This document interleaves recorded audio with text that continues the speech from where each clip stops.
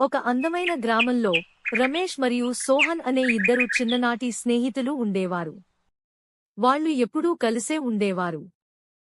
ఒకరోజు సాయంత్రం వారు ఒక పెద్ద వృక్షం కింద కూర్చున్న వృద్ధుడిని కలిశారు. అటుగా అడవిలో ఒక రహస్య ధనం ఉంది.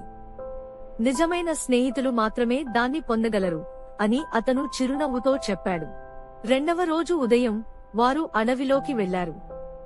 పొడవాటి చెట్లు, ముళ్ల తాటిపాకలు, జంతువులతో కూడిన మార్గం. రమేష్ ప్రశాంతంగా ఉండి సోహన్ కి సహాయం చేశాడు. ఒక వేగంగా ప్రవహించే నది వారికి అడ్డొచ్చింది. కఠినమైన తాడు వంతెన మాత్రమే ఉంది. సోహన్ భయపడ్డాడు. కాని రమేష్ అతని చేతిని పట్టుకుని సురక్షితంగా కాపాడాడు. కొన్ని గంటల ప్రయాణం తర్వాత వారు ఒక చెట్లతో కప్పబడిన మిస్టీరియస్ గుహను చూశారు. వారు ఒకరు మరొకరికి మాట ఇచ్చారు. దొరికినది ఇద్దరం సమంగా పంచుకుంటాం. రమేష్ నిజాయితీగా ఉండగా సోహన్లో ఆశ చూపించింది.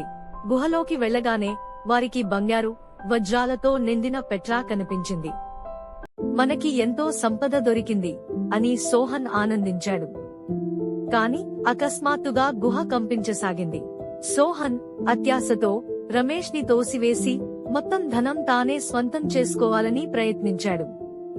కాని అతను పెట్రాను పట్టుకున్న వెంటనే నేల పగిలిపోయి అతను లోపల పడిపోయాడు. రమేష్ అతని ప్రాణాలను రక్షించేందుకు ఒక చెట్టు తాడు విసిరాడు.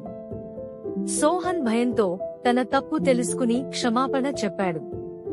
నిజమైన సంపద స్నేహమే అని రమేష్ చిరునవ్వుతో చెప్పాడు. ఇద్దరూ కొంత ధనం మాత్రమే తీసుకుని గ్రామానికి తిరిగి వచ్చారు.